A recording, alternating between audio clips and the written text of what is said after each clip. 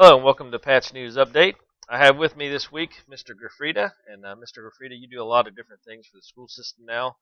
Give us a little background of what your job entails. Well, I'm actually the director of student service and student services and attendance, and that means I function as the truancy officer. I'm also a special deputy sheriff, and I also work in school social services. So there's a whole lot of different things that are interrelated, but they're mostly things that relate directly to juveniles. Okay, and I know we were going to talk a little bit about attendance. Why don't you break down the county attendance for us, because we've hit the end of the school year, and you've got the cumulative totals and everything's buttoned up for the end of the school year. How did we end up this year? Well, it's kind of exciting. We have a competition throughout the year, right, where we pick the top school of each month, beginning in September, and we go all the way through June. And this year, it was one of the tightest races in county history since we started actually doing these competitions and recording these numbers, because we had to go out to the hundreds of the decimal places. Right. When the school year ended, the top two schools, this is back in May, it was Reedy and Geary, and what was separating them was only about 0.02 of a percentage point. Right. So I'll count them down and I'll let you see what happened. Okay. But I want to mention some things about some of the other schools too that I thought were pretty interesting. We'll start with in sixth place for the year now. This is the final average. Roane County High School had a score of 91.64%. But I want to give them some honorable mention because of some things they accomplished over the past couple years that we're just so impressed with. One of which is, and this is something that we found out on graduation day, we had the most promised scholarships at Roane County High School in the school's history. Right. I believe we had 30 or more, and that's about 25% of the graduating class of 2016. And that was just so exciting to hear on graduation night. Before we even got into graduation, the word started leaking out. And I'll tell you how we found out about it. We contacted one of the Charleston TV stations, WCHS TV Channel 8, to talk about the fact that our valedictorians, we had co-valedictorians, Camden Moore and Cole Moore. They made the front page of the local newspaper. And that was just an exciting story in itself because they are identical twins. Yep. Or fraternal twins. They're some kind of They're twins. Yep. They're twins. And we thought that was a really cool story that Charleston might be interested in making a regional story. And so they came up here and they interviewed our two co-valedictorians, and they just did an outstanding job during the interview. They made the county look so good. And then they interviewed our salutatorian, Riley White, and he got up there and he was outstanding and so complimentary to the two kids that even topped him. Right. And I thought that it showed something about the character of the new Roane County High School kids. So I was just so proud of them. And I know even today, here we are. It's still news because it's interesting, it's unusual, and it makes for a great story for as you said, the quality of the class and the quality of the character of the kids we have here. Yeah, I mean, I get excited about it just like as if it's graduation day. And and then talking about the attendance rate for the high school, even though they're in sixth place, the attendance rate now is higher than it was when I was a teacher at the high school, which was 12 or 13 years ago. I remember it being like 87, 88%. Yeah, they've gone up over the years. And it's maintained up in the 90s. In fact, sometime maybe on a future show we could talk about what has happened since the 2010 to 2011 school year up to now. Right. Because over the summer we'll be doing some calculations to see what's happened over time. You're seeing a good trend of more kids attending school regularly, which is what you need for better academic achievement. Exactly. So overall, even though they're six, that seems like, oh man, they're last in the county, but realistically, in the big picture, their numbers are wonderful. Yeah, they really over the years have improved. Right. And we got down a little deeper into it, and according to the kids count data, and that comes out every so often, I'm not sure whether they do that annually or every few years, but they reported a 62% reduction in the dropout rate. Right. Now, that number is a function of how many kids are enrolled in the school, and there are a lot of things that go into that formula. But if you want to get down to just raw data, back in 2011, we had about 36 dropouts.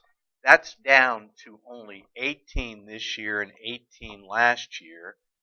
And I believe the 2 years before that might have been 15 and 16 and 28. So we've gone from 36 to 28 to 16 to 15. All right, then we went up a bit, 18, but it's still half of what we had back. You cut it by 50% over 5 years, which is a wonderful statistic, especially when it comes to dropout. Right, and now why does that matter to us? Well, of course, that affects the graduation rate, and that's the big number with the high school. Now, we don't have a graduation rate yet for the class of 2016. That will not be calculated until probably summer, fall, when all the data comes in.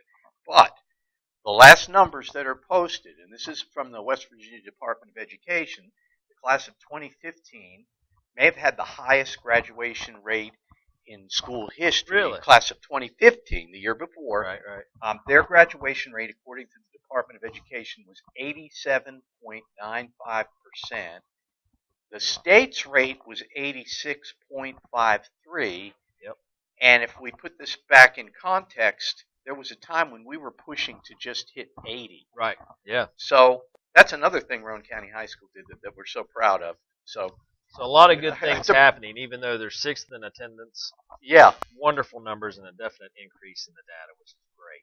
Right, and you know, while we're on the topic, too, of just graduations in general, we have several of our students who have not gone the traditional route to graduation, but we're getting them into the adult education program with Emily Batten and Robin Lance and that group, and they're doing an outstanding job getting us some more diplomas. Right.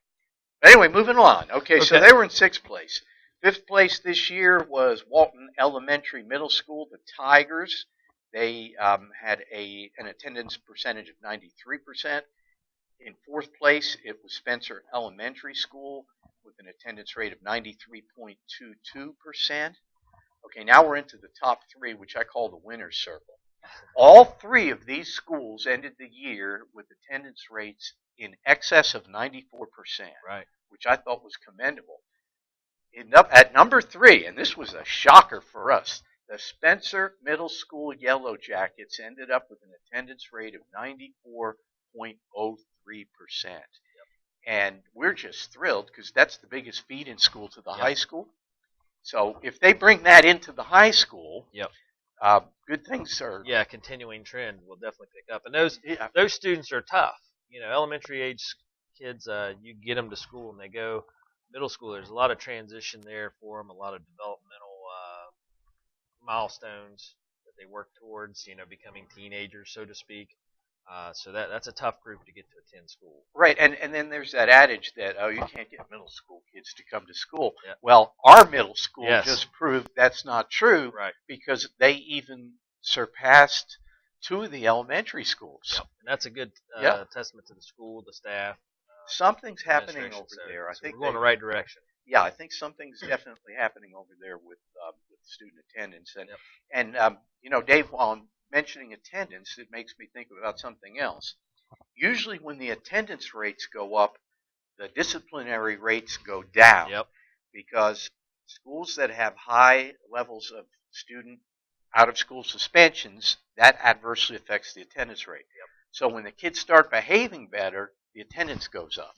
And eventually the academic scores follow, which we're kind of seeing happening at the high school with those promise scholarships. That's what I was going to say. And then this will feed from the middle school to the high school, and then you got an upward trend that's working for you. Yeah, and if I recall, when we talk about just general academics, the county did make some gains on the last version, not the one we just administered. We're not sure about that one yet, but the last version of the state assessment program, which seems to have a different name every few years. The last version, this version, and whatever next year. Yeah, I mean, it used to be West Test 1, then it was West Test 2, then it was Smarter Balance.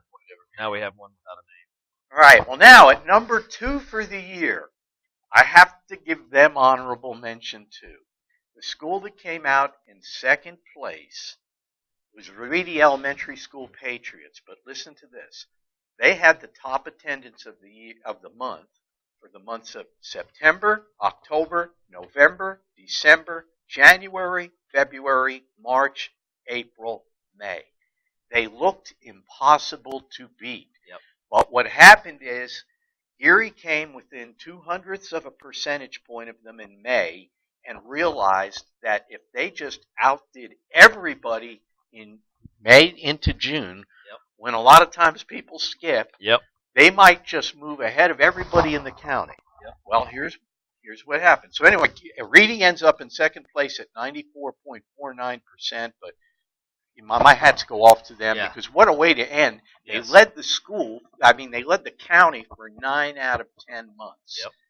And I know they really wanted to win that county championship because it was their last year, but I still think they deserve as much recognition as those our are phenomenal numbers.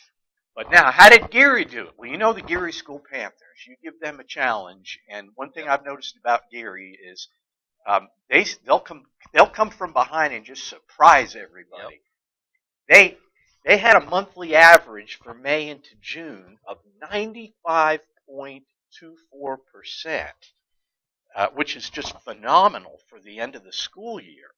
So what that did is that gave them that sudden boost at the end of the year so that when we finally averaged all 10 months, they came out with a 94.54%.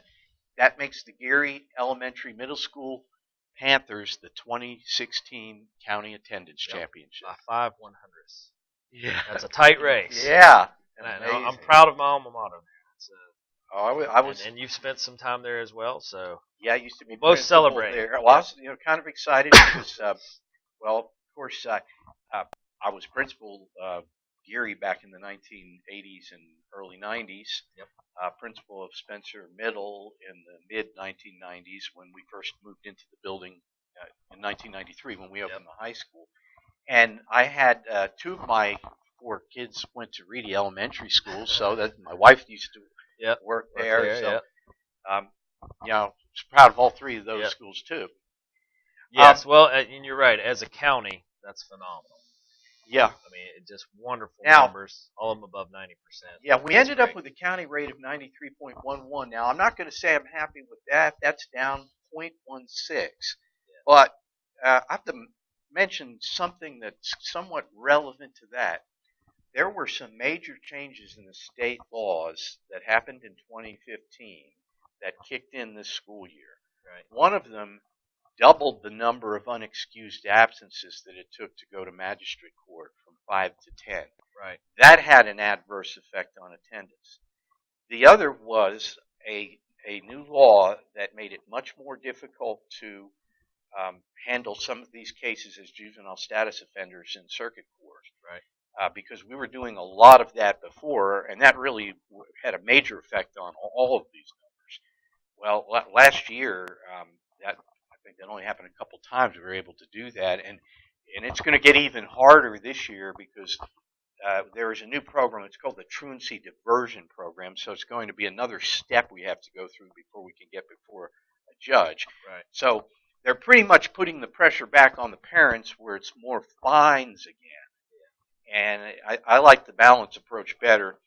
I believe that the West Virginia legislature was trying to fix that, and I think the Senate came up with some kind of a bill that might have remedied some of this, but then it didn't pass the House. Right. But anyway, so if we look at where we are as compared to where we were, the county's annual attendance declined slightly, but only by 0.16%. Right. So we held our own anyway compared to last year. So we went from 93.27% to 93.11%. Although, if you look at 4 of our 6 schools actually went up from 2015 to 2016. That's what saved us. The biggest increase in attendance was at Spencer Middle, and they went up by about 0.65%, and Geary went up by 0.45%, Reedy went up by 0.34%, and the high school actually went up by 0.29%. Now, ironically, last year's overall winner, meaning the 2015 winner, Spencer Elementary was actually the county champion in 2015. 15. Yep. And they're the Spencer Elementary Jaguars. Yep. They had the biggest decline this year. They dropped 1.77%, and that affected the county rate, and of course it affected theirs. Right. And Walton went back by about 0.44. But I think they may have something up their sleeves because they just watched what Gary did, and I think they'd like to get in on the action. Yeah. And we'd like to see Spencer Elementary do the same thing. So that's pretty much what happened this year in attendance. And that's a pretty comprehensive report. You broke down the numbers of each school, the possible reasons for increase, decrease. So lots of good stuff happening in the county, and that's wonderful to see. Well, we're especially trying. when it filters up to the high school level. That makes it really nice. Yeah, we're trying. I was just so proud of what happened at the high school.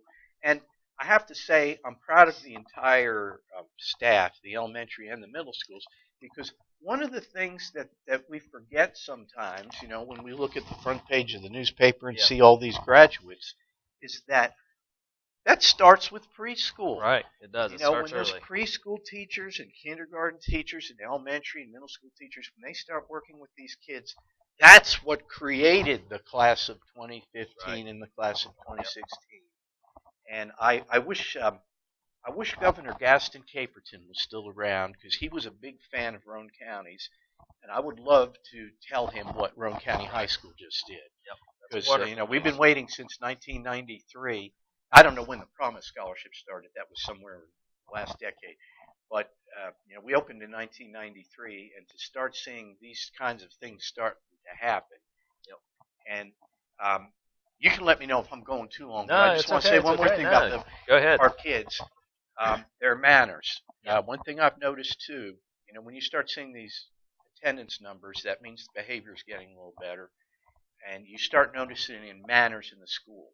One of the things I've noticed, I'll go to Roane County High School, and very occasionally I'll have kids just say good morning, good afternoon, hi, how you doing? You have a good weekend, big smile. Yep.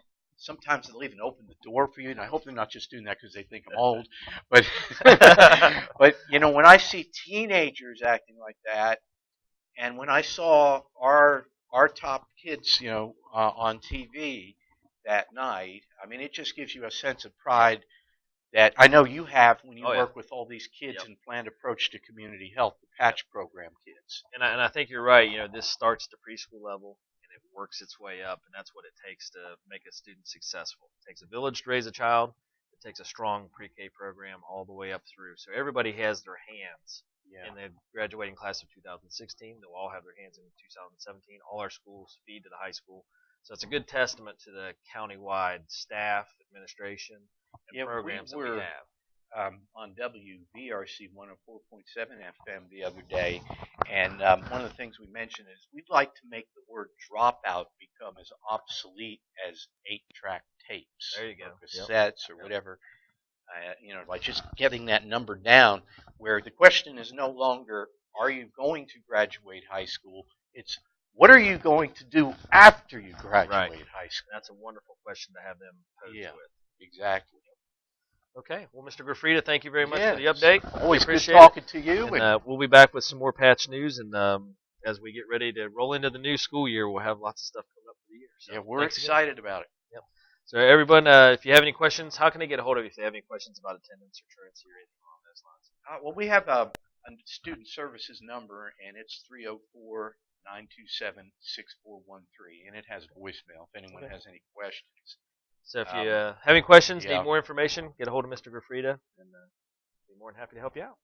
All right. Well, thanks for your time, and we'll see you next week with some more information. Keep up the good work. Yep.